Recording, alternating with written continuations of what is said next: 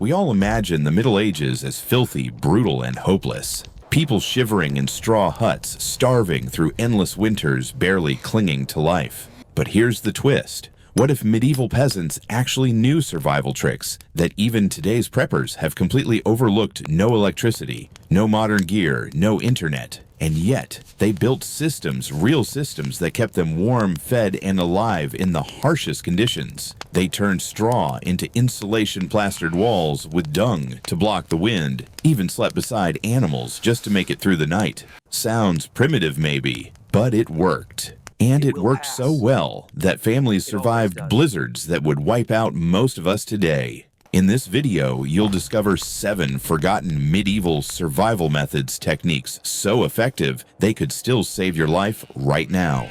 And at the end, a surprising truth. Maybe they understood resilience better than we ever will.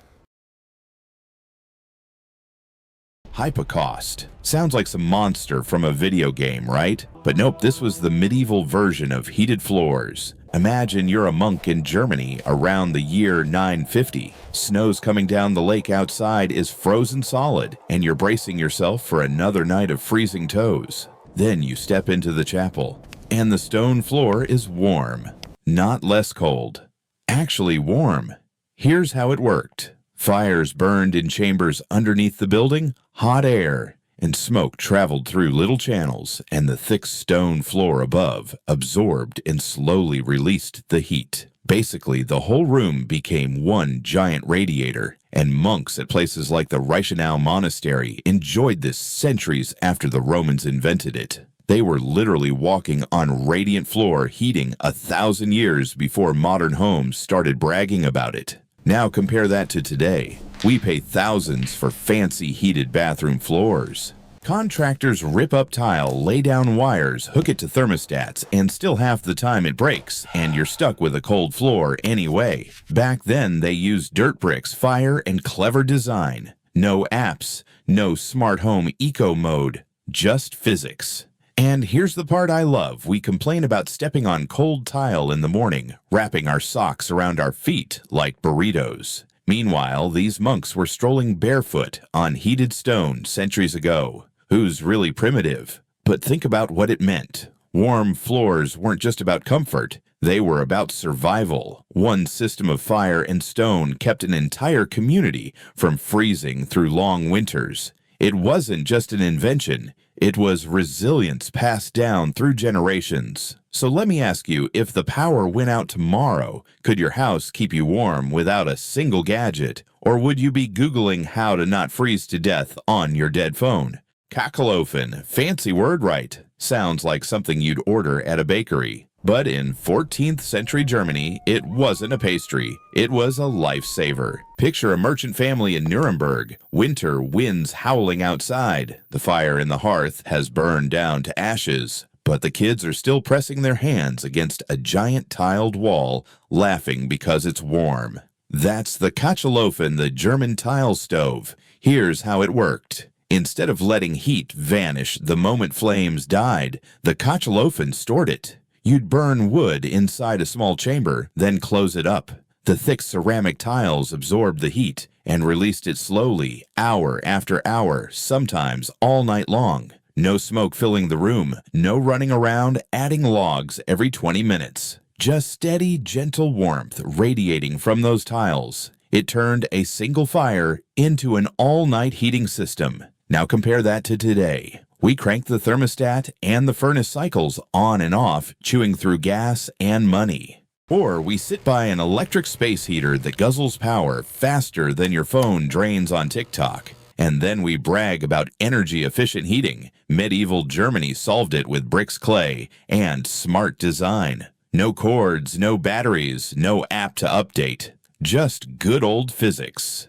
Here's the funny part. We whine about stepping on cold floors or waiting for the heat to kick in, while peasants 600 years ago were literally cozying up to tiled walls that stayed warm till morning. Who's really ahead? But the real point is this warmth wasn't just about being comfortable, it was survival. A Kachelofen meant one fire could protect an entire family through the night. It meant the difference between restless shivering and actual rest. That's not just engineering, it's resilience. So let me ask you, if your furnace died tonight, would your home keep you warm till morning? Or would you be hugging your laptop for heat and hoping the Wi-Fi comes back?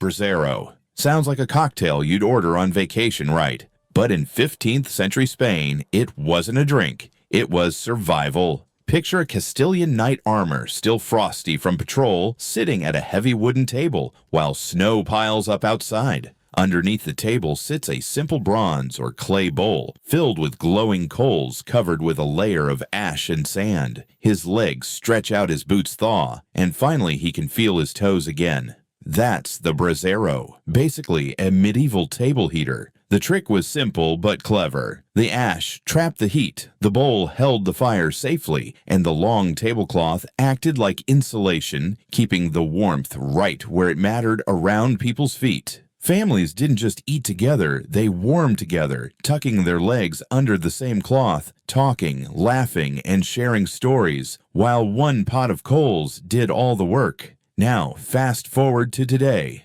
We've got buzzing space heaters in the corner, electric blankets sucking up power, even heated desks that plug into USB ports. And somehow, we're still complaining about cold feet.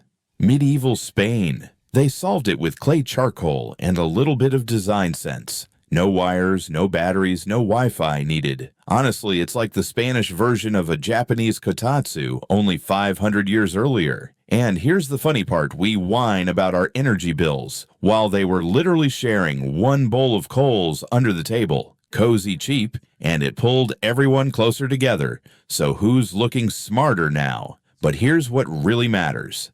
The brasero wasn't just about heat. It was about connection. It was about gathering, telling stories, facing the cold as one. That's a kind of warmth you can't buy on Amazon, and you definitely can't set on a thermostat. So, if your heater died tonight, would you sit alone with a noisy space heater, or pull everyone around one glowing bowl of coals, the way families did centuries ago? Bed warmers. Sounds like the name of a bad rock band, right? But in 15th century Italy, it was the secret to surviving cold nights without shivering yourself to death. Imagine a wealthy widow in Venice.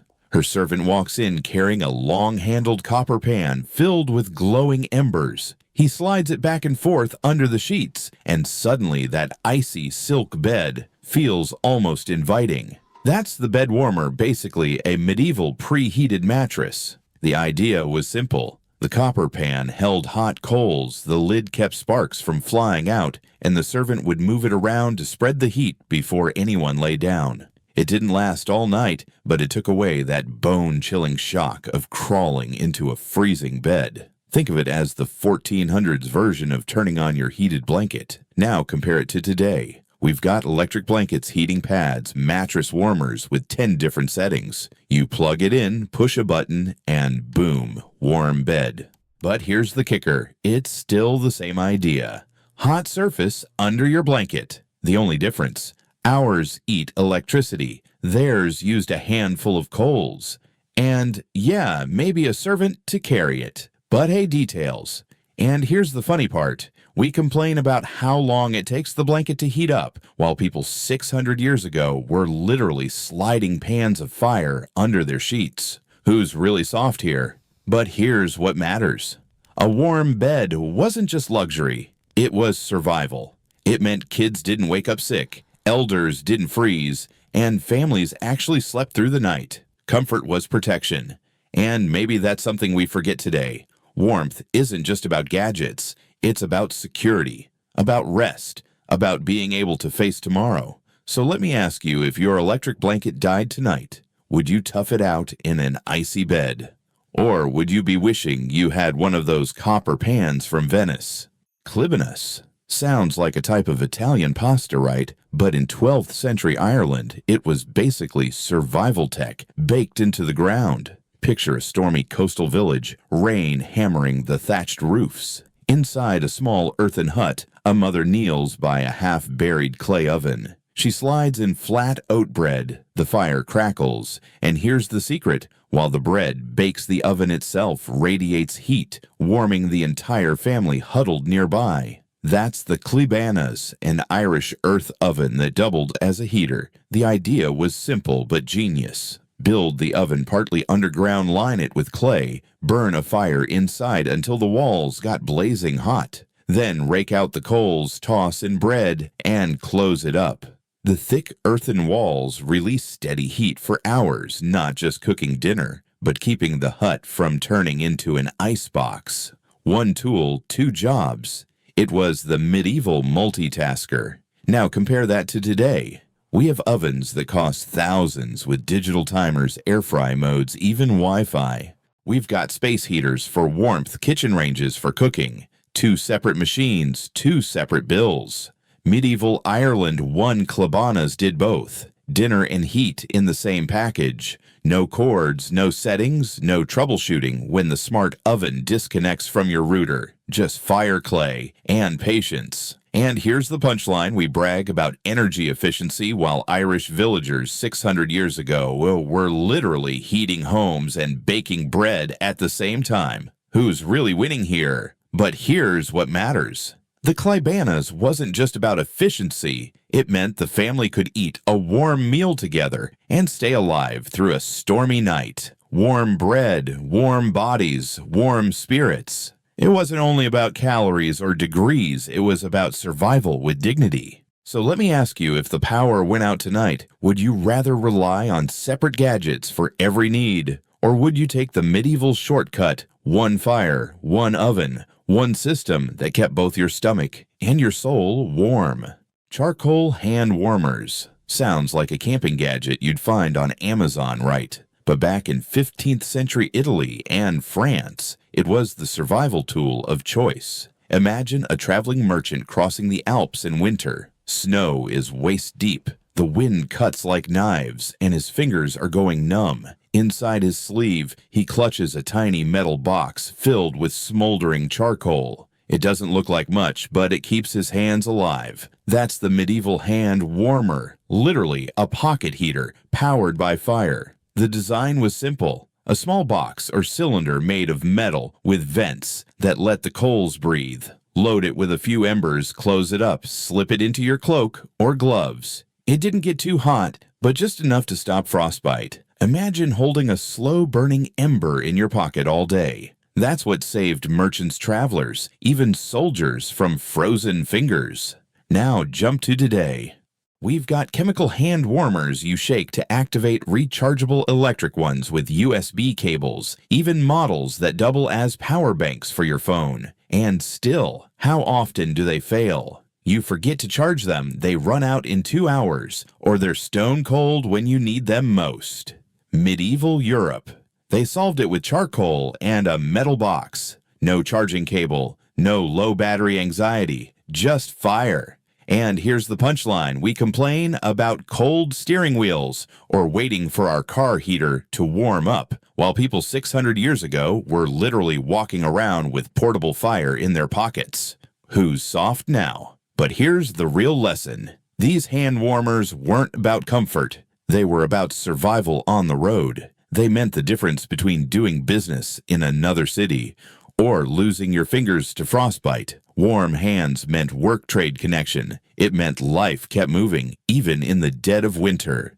So, let me ask you, if you had to cross the mountains tomorrow in a snowstorm, would you bet everything on a USB gadget? Or would you carry a little fire in your pocket like they did 500 years ago? Sleeping platforms. Sounds like some fancy Airbnb listing, right? But in 13th century Scandinavia, it was the difference between waking up alive or not waking up at all. Picture a Viking family in a longhouse. Snow is piling against the turf walls. The central fire is smoldering low, and instead of lying on the damp dirt floor, everyone climbs onto raised wooden platforms lined with straw and animal hides. The higher you sleep, the warmer you stay. That's the trick: elevated sleeping platforms. It was brilliant in its simplicity. Heat rises, cold air sinks. By building wooden bunks along the walls, they stayed above the damp ground, away from drafts, and right in the sweet spot where warmth lingered. Pile on some furs, cuddle together, and you've got a natural insulation system without ever striking another match. Now compare that to today. We spend thousands on memory foam mattresses, heated blankets, even fancy bed frames with climate control. And still, we complain about being cold at night. Medieval Scandinavians. They solved it with wood straw and gravity. No electric bill, no mattress commercials promising cooling layers or smart sleep. Just common sense, don't sleep on the cold ground. And here's the funny part, we laugh about bunk beds being for kids, while Vikings were literally using them as survival tech. Who's laughing now? But here's what matters. Those sleeping platforms weren't just beds, they were survival hubs. Families slept shoulder to shoulder, conserving body heat, listening to the storm rage outside while staying alive inside. It was about protection, yes, but also about connection. That closeness wasn't just physical, it built trust, comfort, and resilience. So let me ask you, if your heater died tonight, would you tough it out on a fancy mattress in a freezing room? Or would you climb onto a simple wooden platform with your family, like the Vikings did, and actually wake up warm? So here's the big takeaway. Medieval people weren't just stumbling through the cold, waiting to freeze. They had systems clever, practical, and tested through centuries of brutal winters. Heated floors in monasteries, tiled stoves in Germany, braseros in Spain, bed warmers in Italy, clabanas in Ireland, pocket fires in France, even raised platforms in Viking halls. Each one wasn't just about comfort, it was about survival. And maybe that's the lesson for us today. Survival isn't always about new gadgets, apps, or expensive tech. Sometimes it's about remembering the old tricks. Tricks that didn't just keep bodies alive, but also kept communities together. Warmth wasn't only measured in degrees, it was measured in connection. So here's my challenge to you. Which of these forgotten hacks surprised you most? Drop it in the comments. And if you want more survival wisdom tested by time, hit subscribe. The next storm is always closer than you think.